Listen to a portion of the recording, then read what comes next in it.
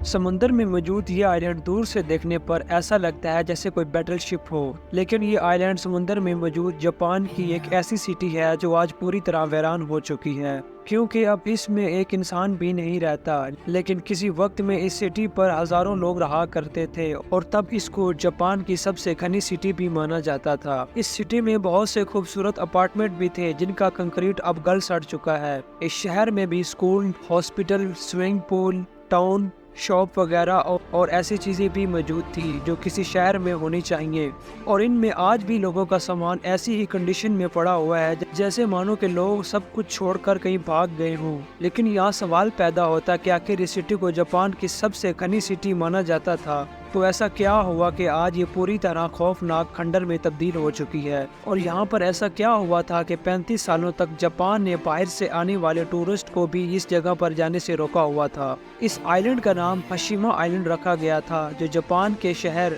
Nagasaki से 15 kilometre दूर south China सी के एरिया में मौजूद है। समुंदर के इस एरिया में तकरीबन 500 आइलैंड मौजूद हैं, लेकिन हशीमा आइलैंड की कहानी इन सब से बहुत ही अलग है। दूसरे आइलैंड पर प्लांटेशन बहुत ज्यादा मौजूद है, लेकिन हशीमा आइलैंड पर हरियाली ना होने के बराबर है। ये समुंदर में उभरा हुआ एक पत्थर था जिसको जापान ने एक सिटी में बना दिया, और ये सिटी जापान की इकोनॉमी को बूस्ट करने में एक बहुत बड़ा किरदार अदा कर रही थी। इस आइलैंड की एक खास बात कि यहाँ पर कोयला बहुत ज्यादा तादाद में मौजूद था, जिसको निकालने के लिए यहाँ पर काल माइन बनाई गई, और इन कोयल माइन से हिस्ट्री के 150 सालों में 1,65,00,000 टन कोयला निकाला जा चुका था। ये तादाद में इतना ज्यादा था कि पाकिस्तान जैसे मुल्क को 10 महीनों तक और इंडिया जैसे मुल्क को 1 महीने तक बिजली फराहम करने के लिए काफी था।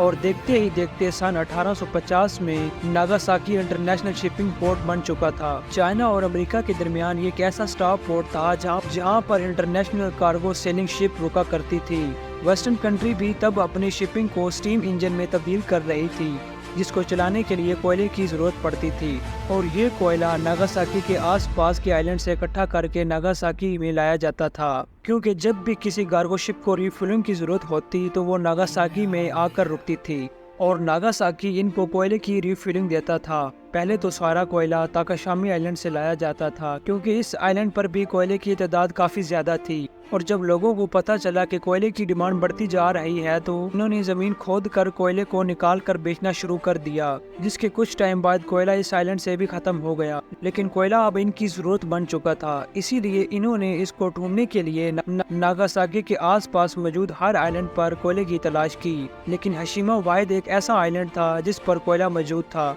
लेकिन इस कोयले को निकालने के लिए तब पुराने तरीके यानी कि हाथों से निकाला जाता था। जब कोयला माइनिंग की डिमांड बढ़ती गई तो मित्सुबिशी ने 19वीं सदी में इस आइलैंड को खरीद लिया। मित्सुबिशी एक शिपिंग कंपनी थी, इसके शिप को चलाने के लिए कोयले की जरूरत पड़ती थी, तो इसने इस आइलैंड को खरीद कर कोयला माइनिंग करने का फैसला किया, क्योंकि और वर्कर इस आइलैंड पर काम करने वाले थे। इनको रहना भी इसी आइलैंड पर था। मित्सुबिशी ने इन वर्कर के लिए इस आइलैंड पर प्रॉपर घर भी बनाए, और इस आइलैंड को समुद्र की खतरनाक लहरों से बचाने के लिए हशीमा के चारों तरफ बड़ी बड़ी दीवारें भी बनाई गईं, और इन्हीं बड़ी दीवारों की वजह से ये आइलैंड एक शिप की शक्ल जैसा लगता था। लेकिन मसला ये था, इस आइलैंड पर वर्कर के रहने के लिए जगह कम थी। लेकिन मित्सुबिशी ने इसका भी हल निकाल लिया। इसने हशीमा में बड़ी बड़ी कंक्रीट की बिल्डिंग बनाई, ताकि ज़्यादा से ज़्यादा लोग अपनी फैमिली के साथ उस जगह पर रहें, और इनके बच्चों के लिए स्कूल और बहुत सी एक्टिविटी और एंटरटेनमेंट के लिए यहाँ पर काफ़ी कुछ बनाया गया। और इस टाइम हशीमा में बनाई गई ये कंक्रीट कम्प्लेक्स जापान की सबसे बड़ी कंक्रीट बिल्डिंग भी थी।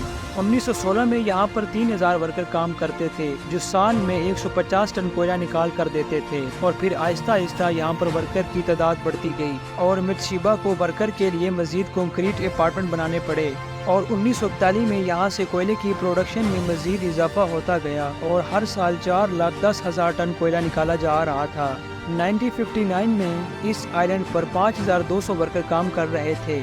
लेकिन आइलैंड का साइज देखा जाए तो इसका टोटल एरिया 15.5 एकड़ है, यानी कि 1 एकड़ में 350 लोग रह रहे थे, जो इस टाइम में दुनिया की सबसे घनी आबादी वाली सिटी थी। इसका हिसाब लगाया जाए तो चाइना, जिसकी आबादी आज 48 पीपल्स पर एकड़ है, उसके हिसाब से हशीमा आइलैंड में 350 लोग 1 एकड़ में रह रहे थे। यहाँ पर काम करने वाले वर्कर का कहना था कि एक रूम को 3 लोग शेयर करते थे, लेकिन इसमें रहने के लिए 2 लोगों की जगह होती थी, तीसरे को रहने में बहुत मुश्किल पेश आती थी। اور اگر کول مائن کی بات کی جائے تو یہ شیما کے 1 کلومیٹر نیچے کھود کر بنائی گئی تھی، جس کے اندر کا ٹمپریچر 35 ڈگری سیلسیس تک ہوتا تھا اور اس میں لوگوں کی تعداد بھی بہت زیادہ ہوتی تھی، لیکن پھر بھی ورکر ان مشکل کنڈیشن میں اس جگہ پر کام کر رہے تھے۔ بعد میں بہت سے چائنیز اور یوکرین لوگوں کو قیدی بنا کر بھی اس جگہ پر کام کروایا جاتا تھا، لیکن یہ بات جب دوسری کنٹریز میں پھیلی تو جاپان نے اچھا بننے کے لیے اپنے ورکر کے لیے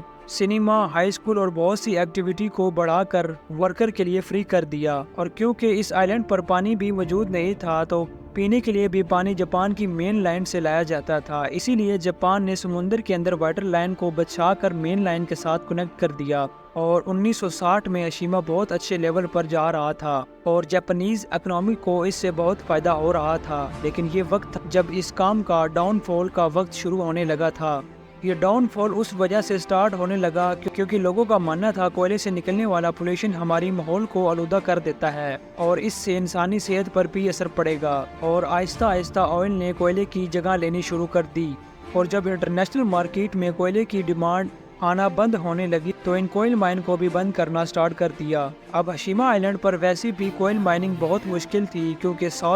ساؤتھ چائنا سی میں بہت ہی خطرناک طوفان وغیرہ آتے رہتے تھے، اور اب مسئلہ بھی یہ تھا کہ خطرناک طوفان متسوبشی کی بنائی گئی اس پروٹیکشن وال کو ڈیمیج کر رہے تھے، جس سے اس کو ریپیئر کرنے پر بھی کافی ایکسپینشن آ رہے تھے۔ ان سب کے بعد ہشیما آئیلینڈ کی کوئل مائن اب پروفیٹیبل بھی نہیں رہی تھی۔ اس وجہ کے چلتے 1970 میں 2000 ورکر کو کام سے نکال دیا اور شفٹ کر دیا، اور پھر آخرکار 15 جنوری 1974 کا وہ دن ہی آ گیا جب ہشیما آئیلینڈ کی کوئل مائن کو پوری طرح بند کر دیا گیا، اور تب سارے بے روزگار ورکر راتوں رات اس آئیلینڈ کو چھوڑ کر کسی دوسری جگہ پر چلے گئے، جس کے بعد جاپانیز حکومت نے اس آئیلینڈ کو بین کر دیا، اور تب کچھ لوگوں کا کہنا تھا کہ جاپان اس جگہ پر کوئی ایسا کام کر رہا ہے جو دنیا سے چھپانا چاہتا ہے، لیکن جاپانیز کا کہنا تھا کہ یہ رول انہوں نے اس آئیلینڈ پر چوری ہونے سے روکنے کے لیے بنایا ہے۔ لیکن پھر کئی سالوں بعد 21 سینچری میں اس کوئل مائن کو دوبارہ گھوسٹ ٹاؤن کی شکل میں ڈسکور کیا گیا، تب بھی اس جگہ پر کسی کو جانے نہیں دیا جاتا تھا، لیکن 2005 کے بعد اس جگہ کو